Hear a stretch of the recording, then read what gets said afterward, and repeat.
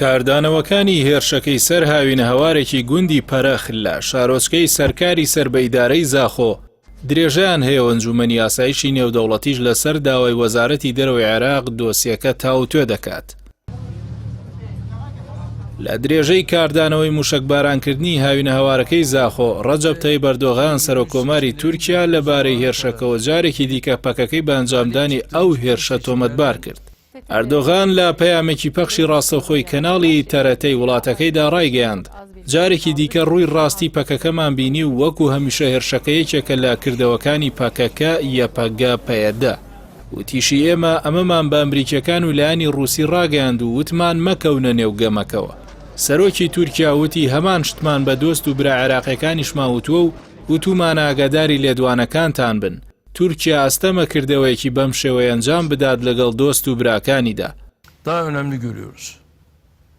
Biz millete hizmet için ئەردۆغان ڕاشی گەیاند ئامانجی ڕێکخراوە تیرۆریستیەکان تێکدانی پێشاتە ئەرێنیەکانی نێوان تورکیا و عێراقە. لەوێ ژمارەیەکی زۆر لە دۆست و برا عێراقیەکانمان لێدوانی باشیاندا بەڵام بەشێکیشیان لێدوانی پێچەوانەی ئەمەیاندا.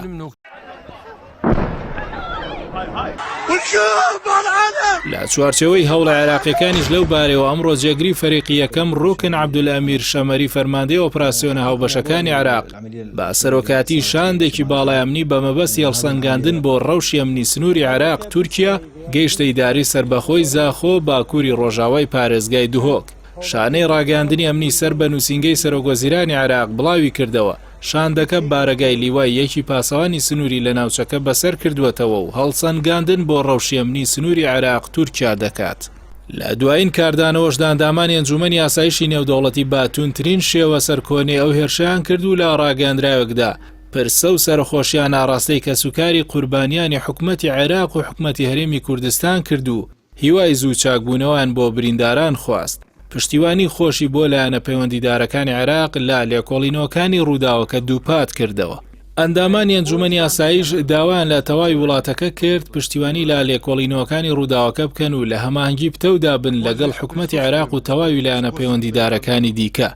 جەختیشیان لەسەر سەربەخۆیی و سەروەری و یەکپارچەی خاک و پرۆسەی دیموکراسی و خۆشگوزەرانی لە عێراق کردووەتەوە. ئەمەش لە کاتێکدا بڕیار ئەنجومەنی ئاسایشی نێودەوڵەتی کۆبوونەوەیکی نائاسایی ڕێک بخات بۆ تاوتوێکردنی سکاڵایەکی عێراق لەبارەی هێرشکردنە سەر هاوینە هەوارەکەی زاخۆ. لەو بارەیەوە پێشتر وەزارەتی دەرەوەی عێراق ڕایگەیاندبوو دۆسیەکیان لەبارەی ئەنجامدانی هێرشەکە و پێشێلکاریەکانی دیکەی تورکیاوە داوەتە ئەنجومەنی ئاسایش کە بەڵگەنامەی ئەنجامدانی 22700 پێشێلکاری و سنوور بەزاندنی ئەو وڵاتی دژ بە عێراق لەخۆ گرتووە.